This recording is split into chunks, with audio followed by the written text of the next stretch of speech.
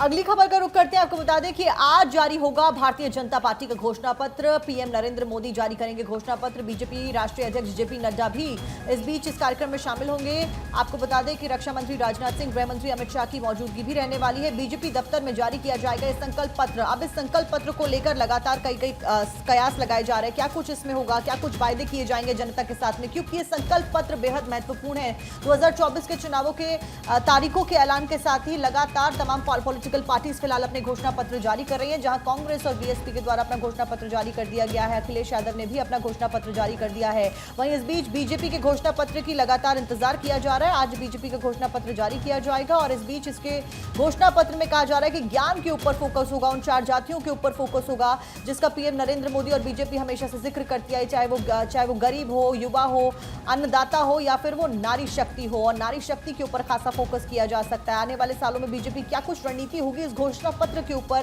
खासा डिपेंड करती है। तो देखिए, प्रधानमंत्री मोदी को सौंपी गई है घोषणा पत्र कमेटी की रिपोर्ट। प्रधानमंत्री मोदी ने भी घोषणा पत्र को लेकर सुझाव दिए हैं। बीजेपी के संकल्प पत्र में ज्ञान पर फोकस होगा, जिसका जिक्र अभी साक्षी कर रही थी। गरीब, युवा, अन्नदाता और नारी शक्ति, इनको लेकर बड़े वादे संभव है। हालांकि आपको याद होगा कैसे बीजेपी की तरफ से लोगों से सुझाव इसको लेकर मांगे गए थे। बड़े स्तर पर अभियान चलाया गया था, अलग अलग विधानसभा में इसमें एक पूरा अभियान भी चलाया गया था। इसी बीच अक्षय जुड़ गए हैं मेरे साथ, संवाददाता हैं। अक्षय, आज अब से बस थोड़ी ही देर में 8:30 बजे का वो समय होगा जब बीजेपी अपना घोषणा पत्र जारी करने वाली है। किन किन मुद्दों पर फोकस इस बार रहने वाला है इस घोषणा पत्र में? देखिए, आज बीजेपी अपना घोषणा पत्र जारी करने जा रही है। अमूमन घोषणा पत्र को संकल्प पत्र के रूप में बीजेपी जारी करती है। 8:30 बजे आज बीजेपी विस्तार मुख्यालय में घोषणा पत्र जारी किया जाएगा। प्रधानमंत्री नरेंद्र मोदी घोषणा पत्र को जारी करेंगे। साथ ही साथ प्रधानमंत्री के साथ बीजेपी के राष्ट्रीय अध्यक्ष जेपी नड्डा, घोषणा पत्र के जो समिति के अध्यक्ष हैं रक्षा मंत्री राजनाथ सिंह और केंद्रीय गृह मंत्री अमित शाह भी इस दौरान मौजूद रहेंगे। कई केंद्रीय मंत्री भी इस दौरान मौजूद रहने की बात कही जा रही है। विकसित भारत का एजेंडा प्रमुख रूप से रहने की उम्मीद जताई जा रही है। इसके अलावा जो प्रधानमंत्री लगातार कहते रहे हैं कि गरीबों, युवाओं, महिलाओं और किसानों के लिए उनका हमेशा से प्राथमिकता रही है, उसमें कहीं न कहीं स्थान दिया जा सकता है। और ये माना जा रहा है कि कई इससे संबंधित जो मुद्दे होंगे, चाहे महिलाओं से कल्याण से संबंधित मुद्दे हो, महंगाई योजना जैसे छत्तीसगढ़ में चल रही है उसको लेकर के नेशनल वाइडर प्रोस्पेक्टिव में उसको आगे बढ़ाया जा सकता है। लाडली बहना योजना जो मध्य प्रदेश में चल रही थी उसको विस्तार दिया जा सकता है, नेशनल वाइड में लिया जा सकता है। ये माना जा रहा है कि 2047 तक भारत जो विकसित भारत की बात जनवरी के महीने से ही लोगों से सुझाव मांगने शुरू कर दिए गए थे और कहा जा रहा है कि नमो ऐप के जरिए भी लाखों की तादाद में लोगों ने अपने सुझाव भेजे हैं। लेकिन भारतीय जनता पार्टी की जब बात होती है तो सरप्राइज एलिमेंट का भी जिक्र होता है। क्या इस मैनिफेस्टो में बीजेपी जो कह रही है मोदी की गारंटी विकसित भारत 2047, इसमें क्या कोई चौंका देने वाली बात भी इसमें शामिल हो सकती है, क्योंकि लक्ष्य बड़ा है 370 पार का? देखिए, सबसे बड़ी चीज रही है कि बीजेपी अपने कार्यों से और खास करके जब से प्रधानमंत्री नरेंद्र मोदी ने बागडोर संभाली है तब से आपने देखा होगा कि बीजेपी अपने फैसलों से चौंकाती रही है। और अमूमन बीजेपी की कोई बात लीक जल्दी नहीं होती है, ये भी तय किया गया है। खास तौर पर कहा जा रहा है कि जो ज्ञान की बात कही जा रही है, जिसमें कि गरीब हैं, युवा हैं, अन्नदाता हैं और नारी हैं, इस पर विशेष फोकस रहेगा। साथ ही साथ सांस्कृतिक स्थलों के धरोहर को किस तरह से आगे बढ़ाया जा रहा है उस पर भी चर्चा की जाएगी। ये माना जा रहा है कि उसमें भी संकल्प पत्र हो सकता है। इसके अलावा 2047 तक विकसित भारत की बात जो प्रधानमंत्री कहते रहे हैं उसमें भी क्या रोड मैप होगा उसको भी निश्चित रूप से कहेगी। और देखा जाए तो 2 बैठकें घोषणा पत्र की हुई थी।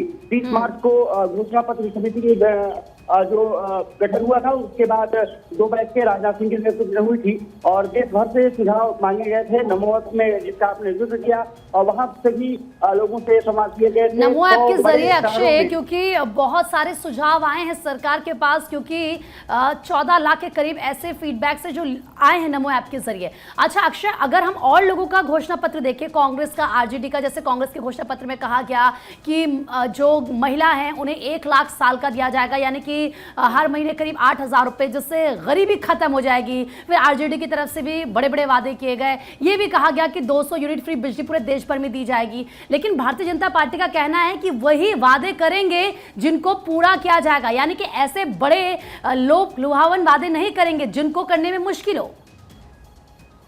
देखिए, निश्चित रूप से क्योंकि 10 साल का सरकार ने कार्यकाल लगभग पूरा कर लिया है, चुनाव में अब निकल चुकी है। ऐसे में निश्चित रूप से घोषणा पत्र पर नजर रहने वाली है। लोक लुभावन की बातें तो होंगी क्योंकि घोषणा पत्र में अमूमन पार्टियां ऐसी कहती रही हैं, लेकिन जिस तरह से सुझाव आए हैं, 100 शहरों में बीजेपी ने अभियान चलाया, व्हीकल्स लगातार चले बड़े शहरों में, और इसके साथ साथ सभी विधानसभाओं में लगभग 4,000 से ज्यादा विधानसभाओं में भी इसका फीडबैक लिया गया है कि क्या कुछ होना चाहिए। नमो ऐप के जरिए सुझाव मांगा था पार्टी ने, वहां भी मिला है। प्रधानमंत्री नरेंद्र मोदी ने खुद इस बात को संज्ञान में लिया था और खुद वो लगातार मैनिफेस्टो पर बात करते रहे लोगों से। कहीं न कहीं प्रधानमंत्री मोदी की छाप इसमें जरूर देखने को मिलेगी और इसीलिए प्रधानमंत्री नरेंद्र मोदी खुद यहाँ पर बीजेपी मैनिफेस्टो को लॉन्च करने वाले हैं। सबसे बड़ी बात ये रही है कि ये कहा जा रहा है कि अब संकल्प पत्र को मोदी की गारंटी और विकसित भारत 2047 इसका थीम रहेगा और उसी आधार पर रोड मैप को लेकर के इससे तमाम बातें कही गई हैं कि किस तरह से भारत विकसित भारत की तरफ अच्छा आगे बढ़ अक्षय, सकता है। इस बीच अगर पिछले कार्यकाल और पिछले घोषणा पत्रों का जिक्र किया जाए तो कई सारे बड़े वायदे किए गए, चाहे वो 370 को लेकर था, चाहे वो 3 तलाक को लेकर था, चाहे वो राम मंदिर को लेकर था। और ये तीनों ऐसे बड़े वादे जो कि बीजेपी ने न केवल उनका जिक्र किया, मेंशन करे, बल्कि उनको पूरा भी किया और इसी का जिक्र बीजेपी अभी तक करती आ रही है। ऐसे में क्या इस तरीके का कोई बड़ा वादा बीजेपी इस बार अपने घोषणा पत्र में करने वाली है, क्योंकि 400 पार का टारगेट बहुत बड़ा है? देखिए, जैसा मैंने जिक्र किया कि महतारी योजना जो छत्तीसगढ़ में है, वैसी कुछ योजना केंद्र स्तर पर लागू की जा सकती है, देश भर में लागू करने की बात कही जा सकती है। इसके अलावा लाडली बहना योजना को जिस तरह से बात कही गई है, उस पर भी नेशनल वाइड कार्यक्रम चलाने की बात बीजेपी कह सकती है, क्योंकि उसका इम्पैक्ट देखने को मिला है। जैसे आपने कहा कि 370 धारा 370 राम मंदिर का निर्माण, ये सब ऐसे वादे थे जिसको बीजेपी ने पूरा किया है। लेकिन कई ऐसे वादे रहे हैं जिसमें बीजेपी उतनी खरी नहीं उतर पाई है। हालांकि प्रधानमंत्री कहते रहे हैं कि उन्होंने सीधा रोजगार नहीं दिया, बल्कि बिजनेस के तरीके से रोजगार देने का, क्रिएशन करने का काम किया है। कहीं ना कहीं वो दिमाग में जरूर होगा कि युवाओं को किस तरह से इसमें लाभान्वित किया जा सकते हैं। तो युवा मुक्त चुनावी दौर में एक मास्टर स्ट्रोक के तौर पर भी देखा जा रहा है। लेकिन कुल मिलाकर के अगर हम इसका जस्ट देखें तो ज्ञान जिन 4 जातियों का जिक्र प्रधानमंत्री ने हर मंच से किया है, उसी के इर्द गिर्द ये पूरा जो मैनिफेस्टो है इसको यहाँ पर रखने की कोशिश की जाएगी और संकल्प से सिद्धि की ओर भारतीय जनता पार्टी के पहुंचने की कोशिश। फिलहाल के लिए बहुत धन्यवाद आपका अक्षय, तमाम बातचीत और जानकारी हम तक पहुंचाने के लिए। नजर बनाए रखिएगा। आज की ये सबसे बड़ी खबर है, भारतीय जनता पार्टी 370 पार का लक्ष्य बीजेपी के लिए, 400 पार का लक्ष्य एनडीए के लिए, और इसी दिशा में आज भारतीय जनता पार्टी की तरफ से अपना मैनिफेस्टो जारी किया जाएगा। हालांकि सोर्सेज की तरफ से बीच में खबर यह भी सामने आई थी कि इस बार की जो थीम है वो मोदी की गारंटी विकसित भारत 2047 रहने वाली है।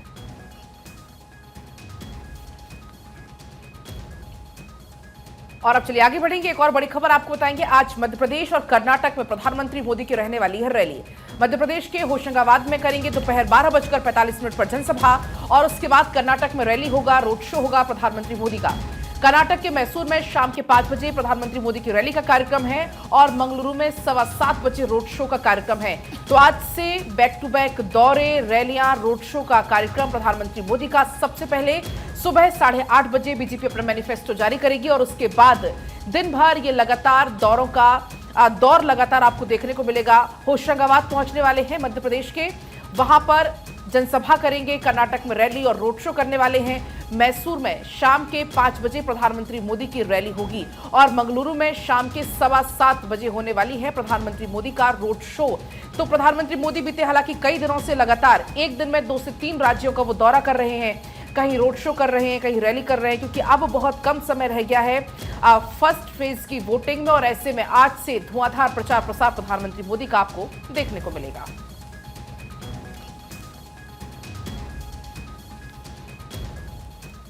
और चलिए अब अखबार के पन्ने पलटते हैं और वो अहम खबर जो कि तमाम अखबारों में छाई है। प्रधानमंत्री नरेंद्र मोदी ने गेमिंग कम्युनिटी से बीते दिनों मुलाकात की थी और अब दिलचस्प बातचीत का जो वीडियो है वो सामने आया है। गेमिंग से जुड़े कई मुद्दों पर इस दौरान चर्चा हुई। मेरे पास इस वक्त एनबीटी है और फ्रंट पेज पे ही इस खबर को जगह दी गई है। गेमर्स से बोले पीएम, गेमिंग की थीम सफाई पर भी हो। इस दौरान प्रधानमंत्री नरेंद्र मोदी ने वहां पर गेमर्स से बातचीत के साथ ही साथ कई सारे गेम्स भी उन्होंने खेला, जो उसकी टेक्निकलिटीज होती है उसको समझने की कोशिश प्रधानमंत्री नरेंद्र मोदी की रही।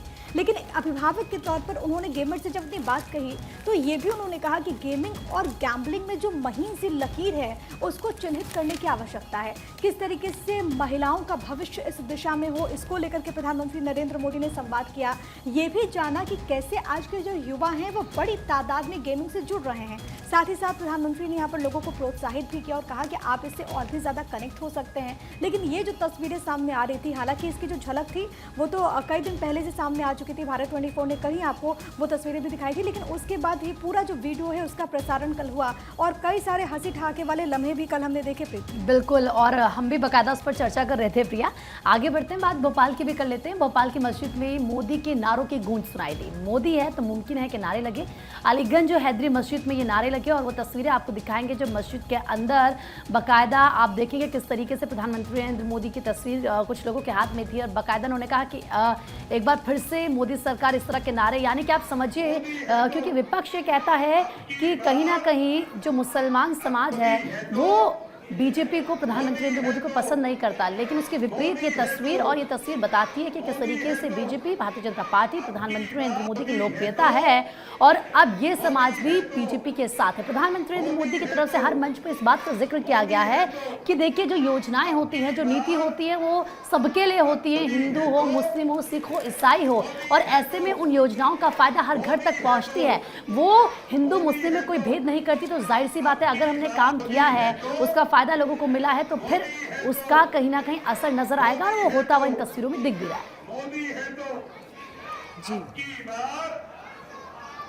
और देखिए इसी बीच आगे बढ़ते हुए अगली खबर तमिलनाडु से। आपको बता दें कि तमिलनाडु टू राजस्थान गृह मंत्री अमित शाह ने संभाली चुनावी कमान। इस बीच कन्याकुमारी में रोड शो उनके द्वारा किया गया, तो वहीं अलवर में जनसभा को संबोधित भी करते हुए नजर आए। लगातार बैक टू बैक दौरे जारी हैं। बीजेपी के तमाम स्टार प्रचारक कमान संभाल रहे हैं।